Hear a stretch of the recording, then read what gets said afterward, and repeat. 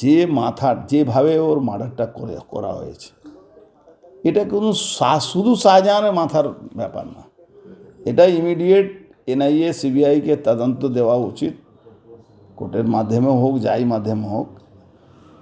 কেন শুধু শাহজাহান এইভাবে মার্ডার করাতে পারে না? এটা যে পুলিশ অফিসার ওকে সারেন্ডার করিয়েছিল, সিবিআই ইডি খুঁজে পাচ্ছে না, আর ও সারেন্ডার হয়েছে লোকাল স্টেট পুলিশের কাছে। আমি জানি এখন নাম প্রকাশ করছি না, সময় এলে ঠিক নাম প্রকাশ করবো, কি কবে কোন সময় কটার সময় কোথায় গাড়ি দাঁড়িয়েছিল, কী করে উঠলো।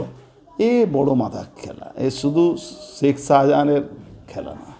শাহজাহান যখন সারেন্ডার হয়, শাহজাহান তো অ্যারেস্ট হয়নি, এই নাজাটের একটা রোডের কাছে ওকে সারেন্ডার নেওয়া হয়েছিল। ও এসে পুলিশের গাড়িতে, একটা গাড়ি থেকে নামলো, পুলিশের গাড়িতে উঠে গেল। তো যে করিয়েছিল নিশ্চয়ই সে শুনতে পারছে আমার কথাটা, সেই কিন্তু এইটাই তার মাথায় উপজ, এ শাহজাহানের মাথার উপজ না। কোনটা? এই মার্ডারটা শাহজাহান না, শাহজাহান তো আছেই, শাহজাহান তো আছে, মানে বুদ্ধিটা অন্য লোক